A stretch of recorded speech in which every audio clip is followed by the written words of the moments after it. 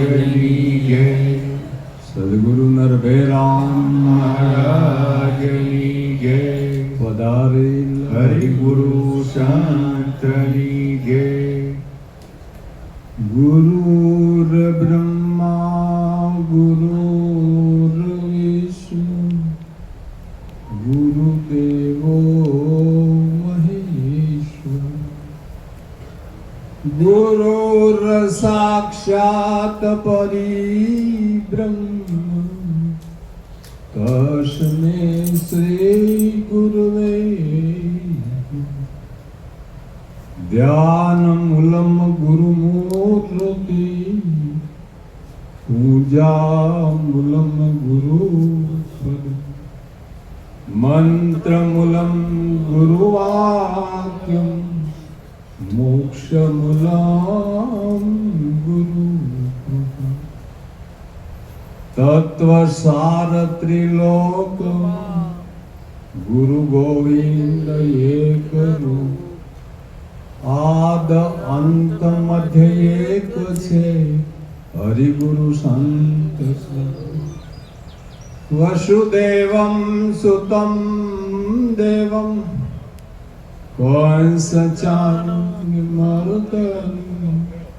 દેવકી પરમાનંદમ કૃષ્ણમ વંદે જગત. સદગુરુ ભગવાન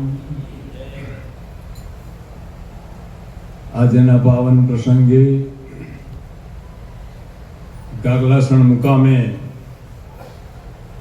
નિરાંત ભક્ત મંડળ અને ગ્રામજનો થઈને આજનો સુંદર આ જ્ઞાન યજ્ઞ ગોઠવ્યો. મને પણ આમંત્રિત કરી આટલા બધા મહાપુરુષોને આપ સૌનો દર્શન કરાવ્યા.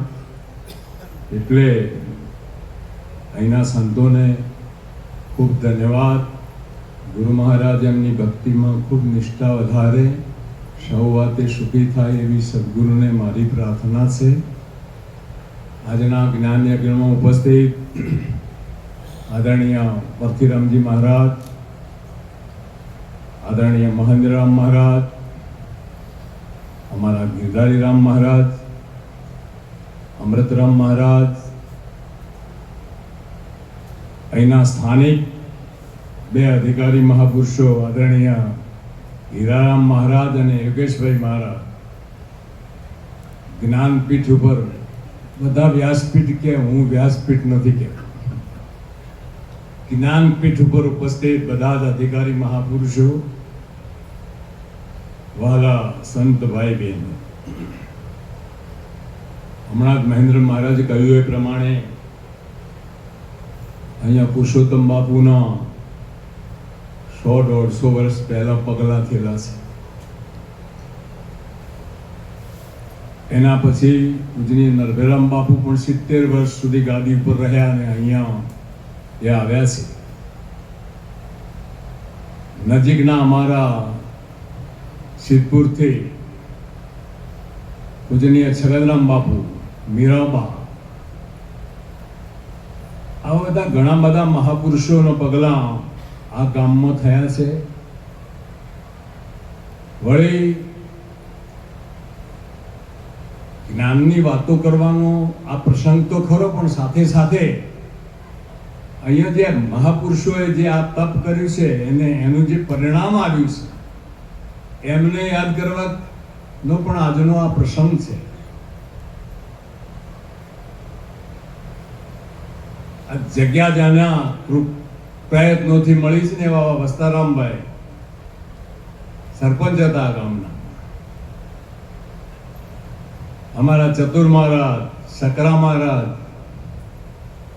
આવા બધા અનેક સેવાભાવી સંતો. જાણે માલુસણા આશ્રમ નહોતો બંધાણો એ પહેલા મંડપો બાંધીને રસોડાનું કામ કર્યું છે. એવા મહાપુરુષો આ ગામમાં થયા છે અને ભક્તિનું એટલું મોટું બિયારણ અહીંયા રોપ્યું છે કે સંત સેવા જો શીખવી હોય તો ગાગલાસણ આવવું પડે. એટલે આ બધા પૂજનીય એમાંના બે જૂના પુરુષો હમણાં મને કોઈ બેન આવ્યા તો મને કે નારાયણ મહારાજને ઓળખો છો? મેં કીધું નારાયણ મહારાજને કેમ ના ઓળખીએ, પરસોત્તમ બાપુના શિષ્ય હતા. ખરું ને, એમના દીકરાના ઘરેથી હતા. અને એમનો નિશ્ચય પણ કેવો કે નારાયણ મહારાજ પરસોત્તમ બાપુ સિવાય કોઈનું ભજન બોલે નહીં. આટલી બધી ગુરુ નિષ્ઠા. હીરાલાલ મહારાજ સાચી વાત છે ને, પરસોત્તમ બાપુનું જ ભજન બોલે, બીજા કોઈનું ભજન ના બોલે.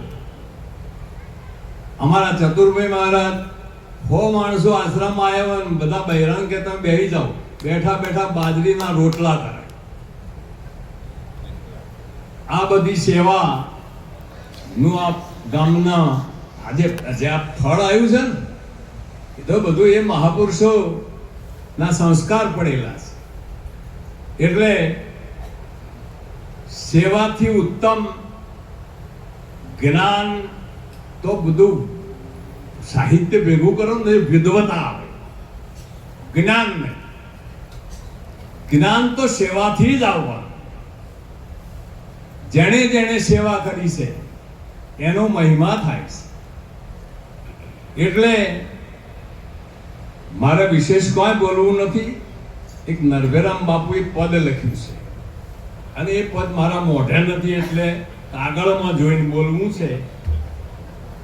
ગાગલાસણ ગામમાં આ કેમ બન્યું છે એની એક વાત અંદર આવે છે. એટલે સદગુરુ મહારાજ કી અરે આવડી આવડી આવડી રે જેને રામ ભજવાની રીત આવડી આવડી આવડી આવડી રે જેને રામ ભજવાની રીત આવડી.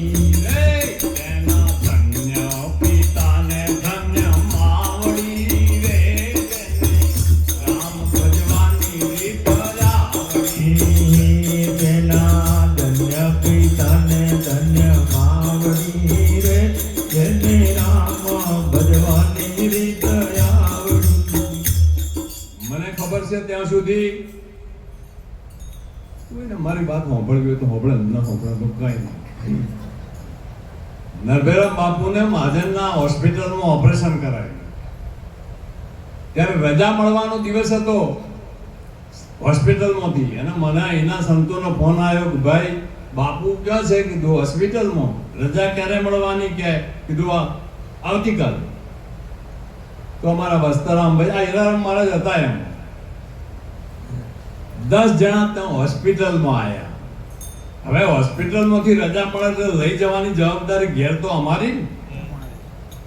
પણ આ મહાત્માઓ કે ના, નરભેરામ બાપુને અમારે સીધા ગાગલાસણ લઈ જવાશે. કીધું કેમ? કે એમનું ઓપરેશન કરાયું છે ને તે મગ ને શીરો અઠવાડિયું ખવડાવે છે. તમે જુઓ તો ખરા. સાથે મારા ઘરેથી કે એમના હાથે મોકલવો પડશે મારી બા 2 જણને. આ બધા અમારે લઈ જવાનું કામ અમને કર્યું. 10 દિવસ અહીં રાખ્યો બધા. અને પાછા જ્યારે મૂકવા આવ્યા ને ત્યારે ફરી 10 કિલો મગ અને 2 કિલો ઘી લઈને આવવા. એનું આ ફળ આવ્યું છે. વરસાદ પણ આજ રજા રાખીને સાહેબ, હા કેટલો વર્ષો મને ફોન આવ્યો ને કાણોદરથી કે જબરદસ્ત વરસાદ. એટલે આ બધું એ સેવાનું ફળ છે.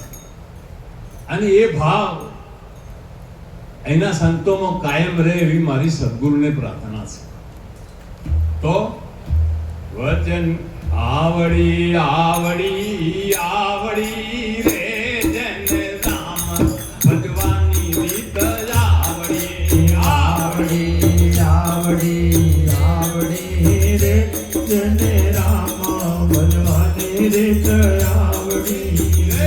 તેના ધન્ય પિતાને ધન્ય માવડી રે જેને રામ ભજવાની રીત આવડી. રે તેના ધન્ય પિતાને ધન્ય માવડી રે જેને રામ ભજવાની રીતો આવડી.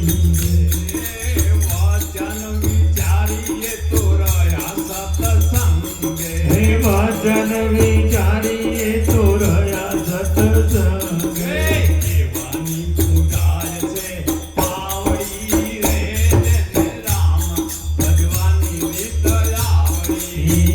ભજવાની પૂજાય છે પાવડી રે જેને રામ ભજવાની રીત આવડી. હું તો ઘણી જગ્યાએ કહું છું કે આપણે હગાવાલાના ઘેર જે કોઈ તિલક કરે છે, કોઈ હાર પહેરાવે છે, કોઈ ચરણે તિલક કરે છે, તમે સંતોનો મહિમા તો જુઓ.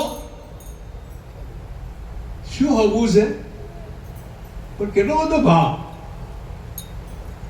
સગાવાલા ના કરે અને તોય ભક્તિમાં આમ તો જોર આવે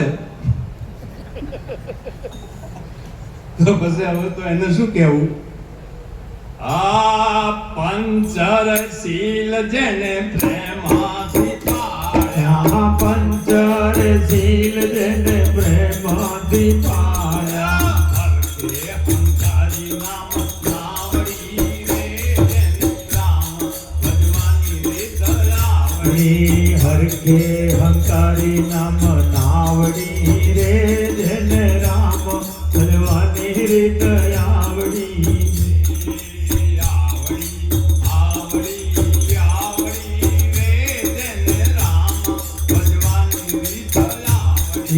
આવડી આવડી આવડી રે જેને રામ ભજવાની રીત આવડી.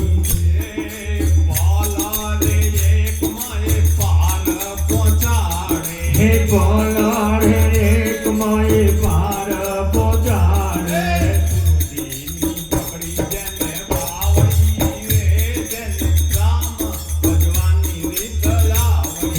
ગુરુજીની પકડી જેને બાવડી રે જેને રામ ભજવાની રીતો આવડી.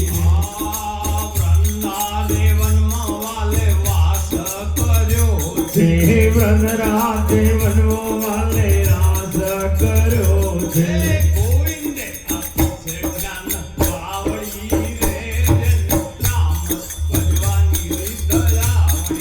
ગોવિંદે આપી છે જ્ઞાન ગાવડી રે જેને રામ ભજવાની રીતો આવડી રે.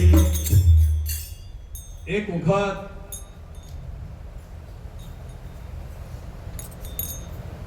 ભગવાન કૃષ્ણ સત્યભામા બે બેઠા છે. દ્રૌપદી આવ્યા તો સત્યભામાએ પૂછ્યું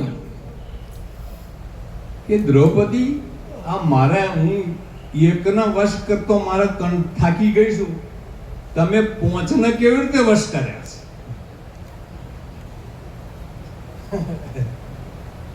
દ્રૌપદી બહુ સરસ જવાબ આપ્યો કે મેં વશ નથી કર્યા, હું એના વશ થઈ ગઈ. હા, એટલે નિષ્ઠા તો એક જગ્યાએ હોવી જોઈએ ને, 17 જગ્યાએ નિષ્ઠા ફેરવો એટલે. દ્રૌપદીના ચીર ખેંચાણા ત્યારે ભગવાન કૃષ્ણના આવતો વાર થઈ. દ્રૌપદીએ દાંતમાં છેડો કાઢ્યો તો હવે તાકાત નથી, દુશાસન ખેંચતો હતો. પછી એને થયું કે હવે લાજ રહે એમ નથી, કે હવે તમે જાણો. ભગવાન કૃષ્ણ આઈને ઉભા રહ્યા, કહે છે તમને ભાન છે? મને કેટલી તકલીફ પડી તારે તમે આયા છો. કે ગોળી ભૂલ તારી છે. ત્યાં કીધું દ્વારકા વાળા, હું દ્વારકા ગયો. ત્યાં કીધું ડાકોર વાળા, ડાકોર ગયો. ત્યાં કીધું મથુરા વાળા એટલે હું મને દોડા એમ મારી નાખ્યો. અને ત્યાં કીધું તમે જોણો લાવી ગયો. આવડી આવડી આવડી રે જેને રામ ભજવાની રીત આવડી. આવડી આવડી આવડી રે જેને રામ ભજવાની રીત આવડી. નામ રે કંદ ગુરુ નિરાંતે રોગ્યો, નામ ને કંદ ગુરુ નિરાંતે રોગ્યો.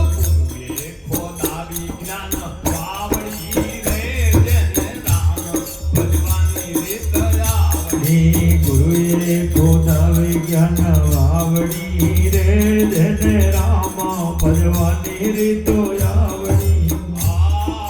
વચન વર્તન એક કરી રાખે, વાચન વર્તન એક કરી રાખે સંત સેવારે જેને આવડી રે રામ ભગવાનની રીત આવડી ઈ સંત સેવારે જેને આવડી રે જેને રામ ભજવાની રીતો આવડી શિરા સમર્પે એ તો નિર્ભય રહે છે હે શિરા સમર્પે એ તો નિર્ભય રે છે પુરુષોત્તમ ગુરુએ આપી ભાલડી રે મન રામ ભગવાનની રીત આવડી એ પુરુષોત્તમ પ્રભુએ આપી ભાલડી રે જેને રામ ભજવાની રીતો આવડી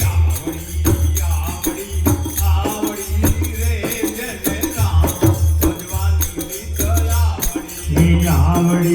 આવડી આવડી રે જેને રામ ભજવાની રીતો આવડી ધન્ય પિતાને ધન્ય માવડી રે જેને રામ ભગવાનની રીત આવડી તેના ધન્ય પિતાને ધન્ય માવડી રે જેને રામ ભજવાની રીત આવડી સદગુરુ મહારાજની જય ફરીવાર આપ સૌને અને આ જ્ઞાનપીઠ પર બિરાજમાન બધા જ મહાપુરુષોને વંદન કરી મારી વાણીને વિરામ આપું.